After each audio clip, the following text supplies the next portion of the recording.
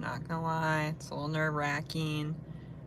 Truth is, I'm a little insecure right now. I just haven't slept as much as I should. Got some breakouts. I feel like Lieutenant Gersh. It's very embarrassing, but you know, here we are. I'll I'll share a little bit. I'm weird too. I'll share a little bit about who I am. I've lived in Marion since I was 13, and growing up here, we always, you know, me and my friends, we always dealt with the Marion Police Department. We just kind of thought that it was normal that they treated us like crap. We just thought that's kind of what everybody else went through.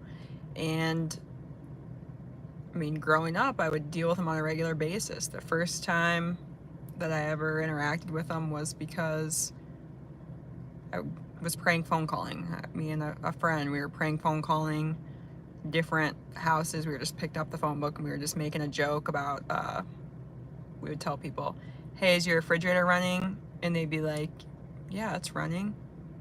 We would say that we were Alliant Energy, which is like the energy company. And when they'd say it's running, we'd be like, well, you better go catch it. You know, it's just a joke.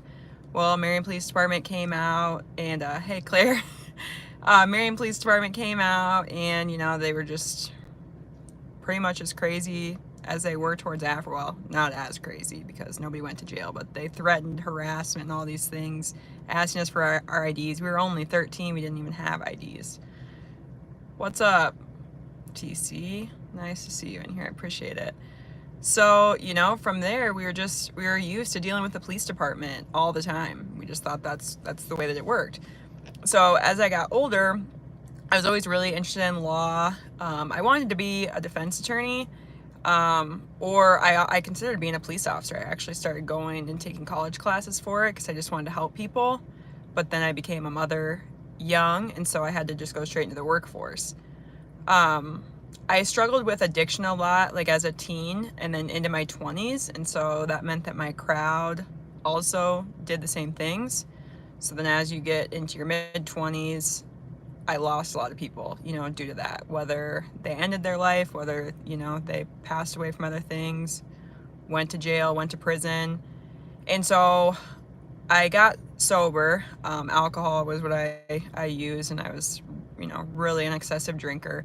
So I got sober, and then I just was really passionate about helping other people. I just, you know, wanted to help people that were struggling the same. I've always felt like everybody can recover.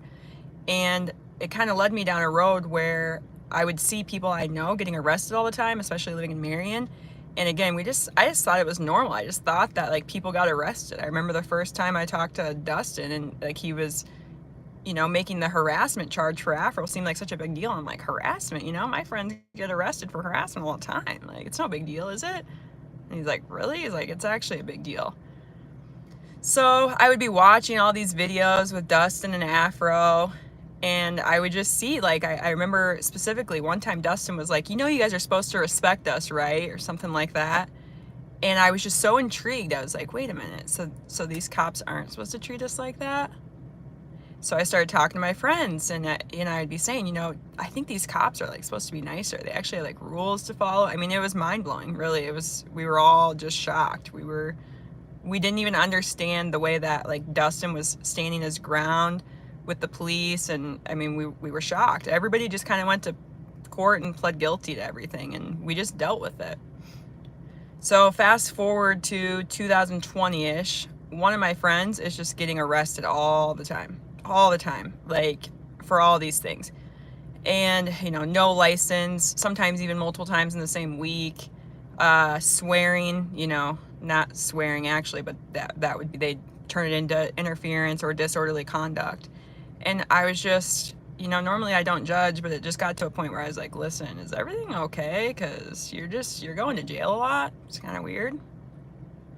And it's like, I don't know. I feel like they're stalking me. I don't know. Like, I don't feel like I'm doing anything wrong. And he works like 60 hours a week, you know? He is kind of wild. Like, he likes to have a good time, you know, but he's not, I mean, he works. He has a family and stuff like that. And so I started investigating that, and here we are, you know, and now I've uncovered scarier things than I could have ever imagined. You know, I naively thought that I was just going to be able to go in and just, speak reason to these people. I just assumed that people that were in law enforcement were in it for the right reasons because they wanted to help people. And so it's been eye-opening to learn that that is not the case. I mean, a lot of people have lost a lot.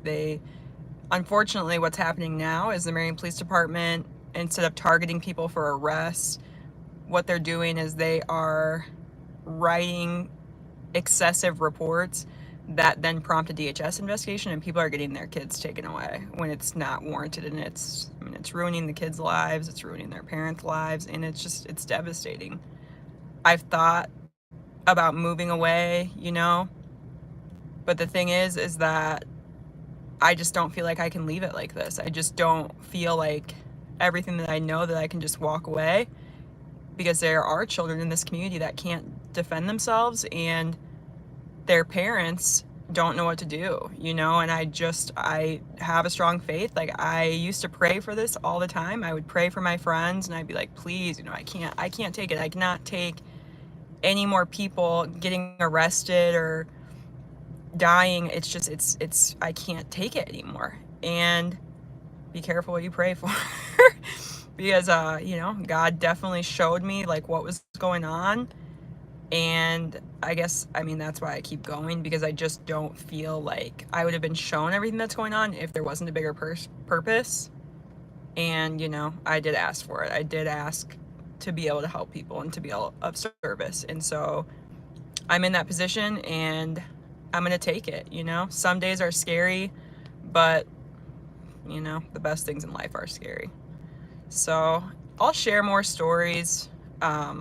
I've got tons of them. Like I said, I've been living here for 20 years. So I know all the ins and outs of the Marion Police Department. Check here.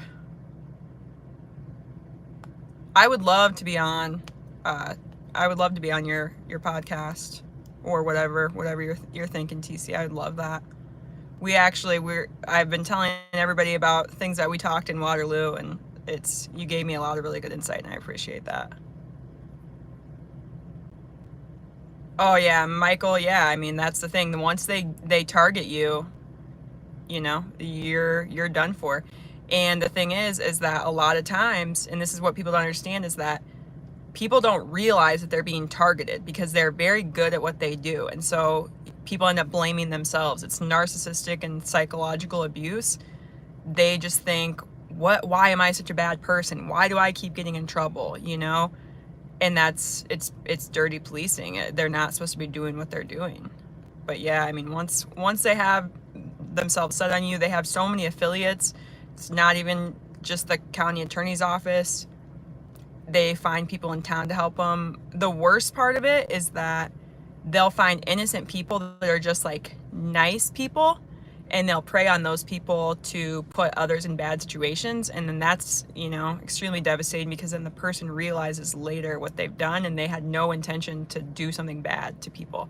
That's why I'm so upset with Mike Kitzmiller, because, he puts people like that young officer Kylie in that position where she's young and naive and she just kind of assumed, like I was, thinking that she's getting into this for the right reasons. And they put her, it's like instead of doing it himself, that coward Mike Kitzmiller, he sends in Kylie to do it. You hear Reagan Kerfman like, oh, put your foot in the door, because he didn't want to do it himself. It's like she's just the fall girl. And that's what they do, not only with officers, but they'll put citizens in that position too. And I can't stand a bully. I think it probably comes from being a young mom. I've just always been the mama bear, and I can't. I don't like that.